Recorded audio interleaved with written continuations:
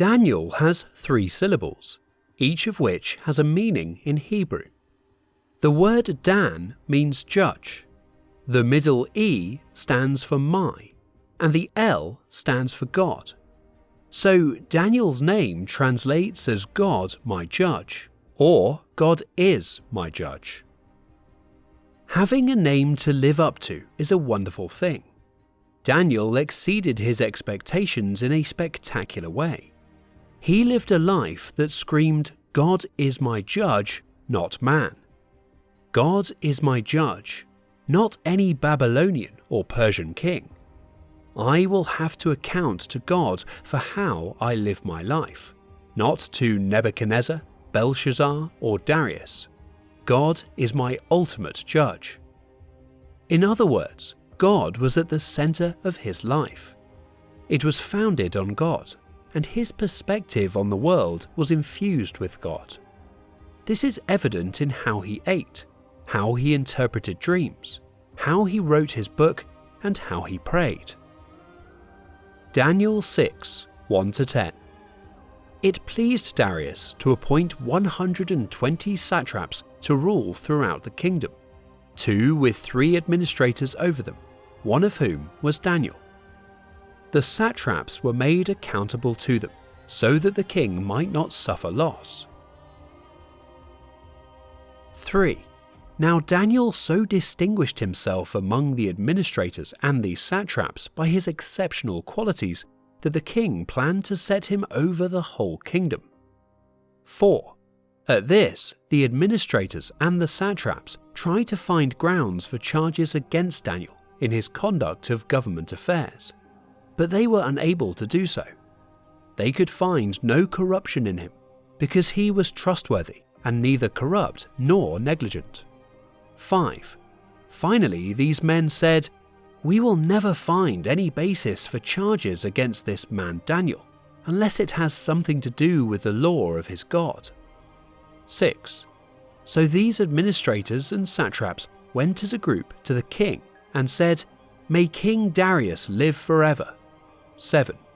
The royal administrators, prefects, satraps, advisors, and governors have all agreed that the king should issue an edict and enforce the decree that anyone who prays to any god or human being during the next 30 days, except to you, your majesty, shall be thrown into the lion's den.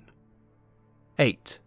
Now, your majesty, issue the decree and put it in writing so that it cannot be altered, in accordance with the law of the Medes and Persians, which cannot be repealed. 9. So King Darius put the decree in writing. 10. Now when Daniel learned that the decree had been published, he went home to his upstairs room where the windows opened toward Jerusalem.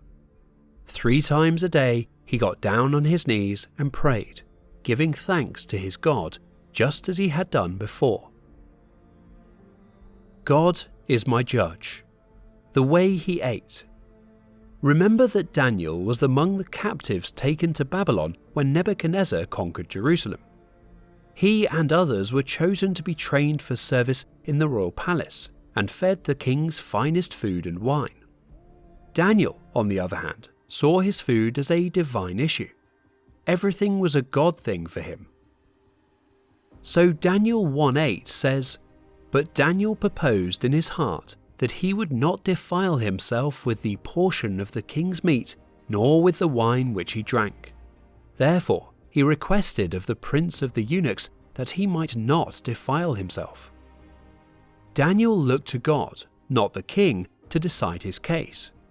The end result, according to 1:17, was that God gave him learning and skill in all letters and wisdom, and Daniel had understanding in all visions and dreams. Daniel 1:7-17. Among those who were chosen were some from Judah: Daniel, Hananiah, Mishael, and Azariah. 7. The chief official gave them new names. To Daniel the name Belteshazzar, to Hananiah Shadrach, to Mishael Meshach, and to Azariah Abednego. 8. But Daniel resolved not to defile himself with the royal food and wine. and he asked the chief official for permission not to defile himself this way. 9. Now God had caused the official to show favor and compassion to Daniel. 10. But the official told Daniel, I am afraid of my lord the king, who has assigned your food and drink. Why should he see you looking worse than the other young men your age? The king would then have my head because of you. 11. Daniel then said to the guard, whom the chief official had appointed over Daniel, Hananiah, Mishael, and Azariah, 12. Please test your servants for 10 days. Give us nothing but vegetables to eat and water to drink. 13.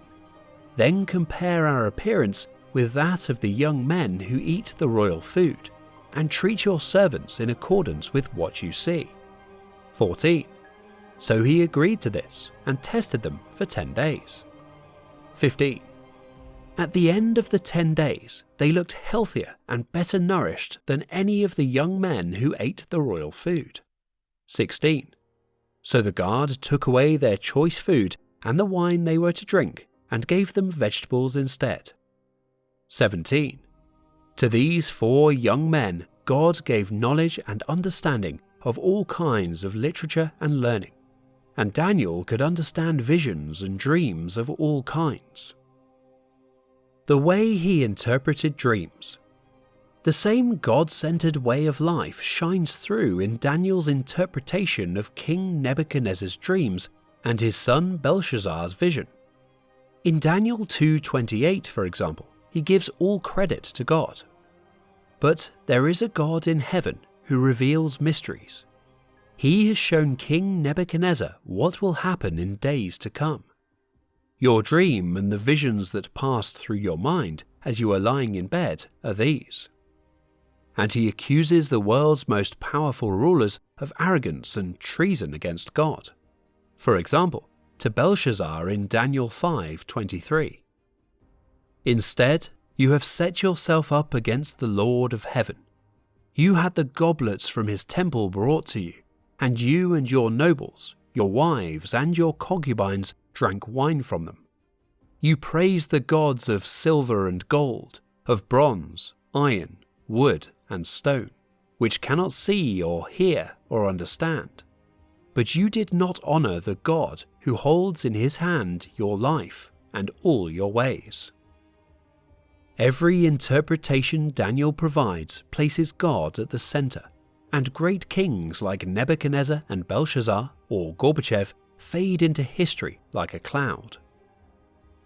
Daniel 2:39. And after thee shall arise another kingdom inferior to thee, and another third kingdom of brass, which shall bear rule over all the earth. The way he prayed. Daniel's prayer life, however, is one of the most amazing examples of him living up to his name. God is my judge means what God thinks and does matters more than what anyone else thinks or does in the world. That meant a life of daring, defiant, and disciplined prayer for Daniel. If what God thinks is most important, then you should consult him first. If what God does is most important, you should request that he act first. To put it another way, you live your life through prayer. Don't forget that Daniel was a powerful political figure. In Daniel 2:48, Nebuchadnezzar appointed Daniel as ruler over the entire province of Babylon. In our text, Darius appoints Daniel as one of 3 presidents over the empire's 120 satraps or governors. Daniel 6:2. With 3 administrators over them, one of whom was Daniel, the satraps were made accountable to them so that the king might not suffer loss. Sometimes we slip into thinking that prayer is the way monks spend their time. It's something for pastors or professional religious people, but it's not for activists or men of affairs or people with power and influence. That is a very wrong way to think about prayer and about your life as a busy person. Daniel was more immersed in secular life than most of us, and he lived his life through prayer, daring, defiant, disciplined prayer, because God was his judge. What God thought and did was the most important, so Daniel lived his life by consulting God and asking God to intervene. The text is an incredible testament to Daniel's daring, defiant, and disciplined prayer life. It makes me long to be courageous in prayer. It inspires me to be daring in prayer, and, if necessary, defiant in prayer against earthly powers, as well as disciplined in prayer. I don't want to be a spiritual jellyfish floating on the sea of emotionalism, praying here and there as the waves of emotion rise and fall. Daniel 9, 1-6. In the first year of Darius son of Xerxes, a Mede by descent, who was made ruler over the Babylonian kingdom, in the first year of his reign, I, Daniel, understood from the scriptures, according to the word of the Lord given to Jeremiah the prophet, that the desolation of Jerusalem would last 70 years. 3. So I turned to the Lord God and pleaded with him in prayer and petition, in fasting and in sackcloth and ashes. 4. I prayed to the Lord my God and confessed, Lord, the great and awesome God, who keeps his covenant of love with those who love him and keep his commandments. 5. We have sinned and done wrong. We have been wicked and have rebelled. We have turned away from your commands and laws. 6. We have not listened to your servants, the prophets, who spoke in your name to our kings, our princes, and our ancestors, and to all the people of the land. Famously and firmly dependent on God. Take a look at Daniel's incredible reaction to Darius's decree against prayer. Let's take a look at the situation. Verse 3. An excellent spirit was in him, and he excelled above the others, and the king planned to put him above the others and over the whole kingdom. Daniel had an incredibly successful future ahead of him, with all the power, prestige, wealth, and freedom he could have wished for.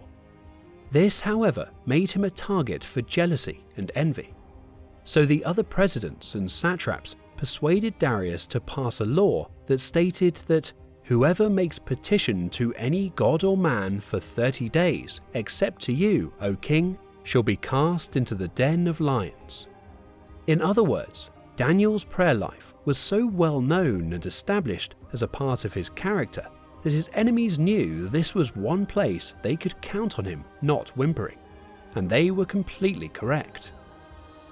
Now, when Daniel learned that the decree had been published, he went home to his upstairs room where the windows opened toward Jerusalem. 3 times a day he got down on his knees and prayed, giving thanks to his God just as he had done before. 11. Then these men went as a group and found Daniel praying and asking God for help. 12. So they went to the king and spoke to him about his royal decree. Did you not publish a decree that during the next 30 days, anyone who prays to any god or human being except to you, your majesty, would be thrown into the lion's den? Verse 10 simply takes your breath away. This is where we realize Daniel's prayer was daring, defiant, and disciplined. When Daniel learned that the document had been signed, he returned to his home, where he kept the window in his upper chamber open toward Jerusalem, and he knelt 3 times a day to pray and give thanks to his God as he had done previously. The practice of praying facing the temple in Jerusalem is mentioned only in 1 Kings 8:22-53 and Psalm 5:7 in the Old Testament. Psalm 5:7. But as for me, I will come into your house in the multitude of your mercy. In fear of you, I will worship toward your holy temple. The practice of praying facing the temple in Jerusalem is only mentioned in the Old Testament in 1 Kings 8:22-53 and Psalm 5:7.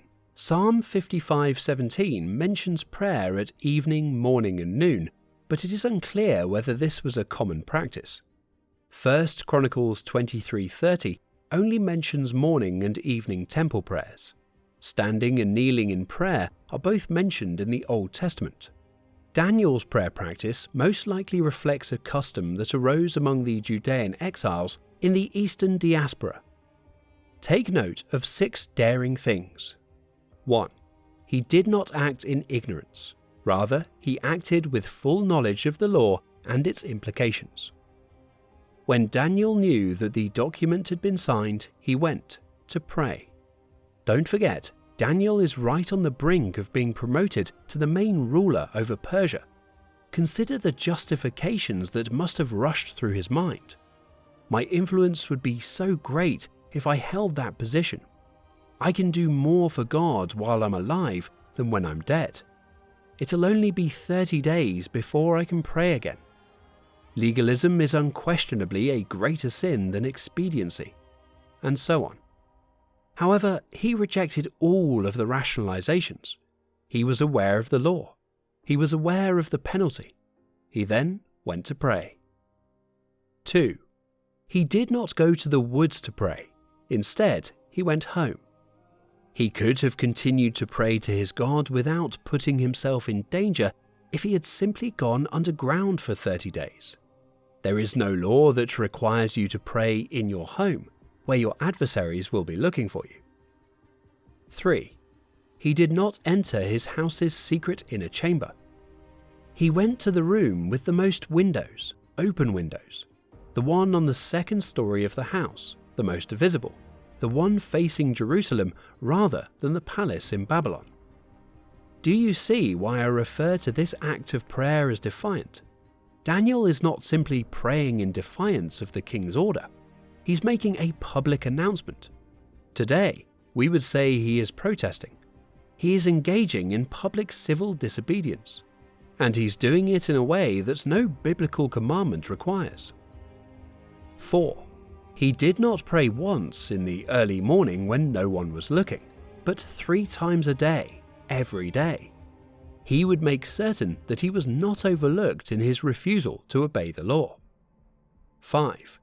When Daniel prayed, he did not use ambiguous and vague words that a clever defense attorney could argue were addressed to Darius, because they did not specify which god was addressed. He gave thanks before his God, it says. Darius, not so much, and not the Medes or Persians' gods, but the God of Abraham, Isaac, and Jacob. 6. He did not change the way he prayed or do anything else to give in to the pressure of Darius's law. He prayed as he had done previously, it says at the end of the verse. There were numerous ways to pray that would not have been detected and would have satisfied his God's law. But Daniel prayed boldly, defiantly, and 3 times a day as he always did. So, what are we to make of it all? I'd like to offer 4 final applications for our prayer lives today. 1. Prayer is a valid form of public testimony, and we should use it as God leads us. Jesus said, "And when you pray, you must not be like the hypocrites, for they love to stand and pray in the synagogues and at the street corners, that they may be seen by others. Truly, I say to you, they have received their reward. But when you pray, go into your room and shut the door and pray to your Father who is in secret, and your Father who sees in secret will reward you." Matthew 6, 5-6. Is this an indictment of Daniel's public prayer? No, I don't believe so. Not our willingness to suffer for prayer, but our love of praise for prayer was Jesus' warning. He wasn't saying it's wrong to be seen praying. He was saying that wanting to be seen in order to be praised for your piety is wrong. Blessed are those who are persecuted for righteousness' sake, for theirs is the kingdom of heaven. Matthew 5:10. Blessed are you when men persecute you for righteousness' sake, but woe to you when you use your righteousness to seek their praise. 6:2-4. In Daniel's context, and here we need great wisdom to know our own context, the call of God on his life was, "Let your light so shine that men may see your good works and give glory to your Father in heaven. For Daniel, prayer had become a public statement about the glory of God over the glory of Darius, and it was a legitimate testimony. And so it is for us if our hearts are right. 2. Daniel's prayer was disciplined and regular. When the time came for a protest, Daniel didn't have to make any changes. He was already praying 3 times a day in a specific location. There was structure, routine, and discipline. Could it be that discipline, rather than being a dull substitute for spontaneity and power, is the garden in which it grows?